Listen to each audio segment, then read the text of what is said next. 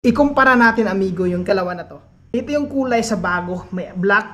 Tapos habang tumatagal, ganito na po siya yung kulay. Pumuputi na siya amigo, hindi po talaga ito kinakalawang. Kung nahihirapan kang maghanap ng kitchen knife, yung pang bone knife, tapos yung panghiwa talaga sa mga karne. Amigo, ito yung marirecommend ko sa'yo na kitchen knife. Tingnan nyo ha, 2 piraso na yan yung na-order ko. Ito yung luma na hanggang ngayon mga amigo, hindi pa po ito kinakalawang. Promise mga amigo, almost kalahating taon na po ito. Yung kanyang kapal, napakakapal niyan amigo. Made in Japan po ito, hindi po ako nagbibiro mga amigo. Tapos yung kanyang hawakan, hindi siya parang plastic lang amigo. Napakakapal niya, para siyang sungay ng kalabaw. Dahil nga ang kapal, napakakapal niyan.